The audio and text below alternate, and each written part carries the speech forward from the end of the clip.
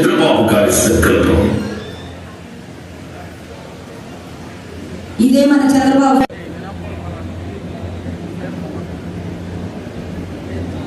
Telugu Desam party కుటుంబ పెద్దలు, Telugu Desam party జాతీయ అధ్యక్షుడు, తెలుగుదేశం పార్టీ కార్యనిర్వాహక అధ్యక్షుడు శ్రీ నారా లోకేష్ బాబు గారు వేదిక మీద ఈ ప్రాంగణంలో ఆంధ్రప్రదేశ్ నలుచెరగల్లో వీక్షిస్తున్నటువంటి ఈ మహాన్నాన్ని తిలకరిస్తున్నటువంటి ప్రతి ఒక్కరికి పేరు పేరున హృదయపూర్వకమైనటువంటి నమస్కారాలు, అభినందనలు తెలియజేస్తున్నాను. నాకు ఇచ్చినటువంటి తీర్మానం విధ్వంసం నుండి వికాసం.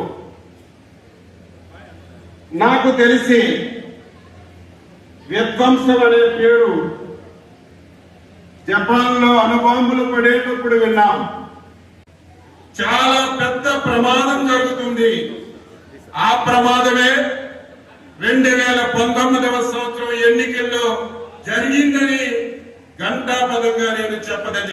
తండ్రి అధికారాన్ని అడ్డం పెట్టుకుని 1,00,000 కోట్ల రూపాయలు దోపిడీ చేశారనే అభియోగాలున్నటువంటి వ్యక్తి 11 ఛార్జ్ షీట్లలో 16 మాసాలు జైల్లో ఉన్నటువంటి ఒక దొంగని తెలిసి కనీసం రాష్ట్రం గురించి, ప్రజల గురించి, ఈ రాష్ట్ర భవిష్యత్తు గురించి ఆలోచించవలసినటువంటి ముఖ్యమంత్రి అధికారం వచ్చిన తరువాత ప్రమాణ స్వీకారం చేసినటువంటి మొదటి రోజు నుంచి దిగిపోయినటువంటి చివరి రోజు వరకు ఆంధ్రప్రదేశ్ రాష్ట్రాన్ని విధ్వంసం చేయడమే ఒక ప్రణాళికగా పెట్టుకొని పనిచేసిన విషయాన్ని ఈ సందర్భంగా తెలియజేస్తున్నాను.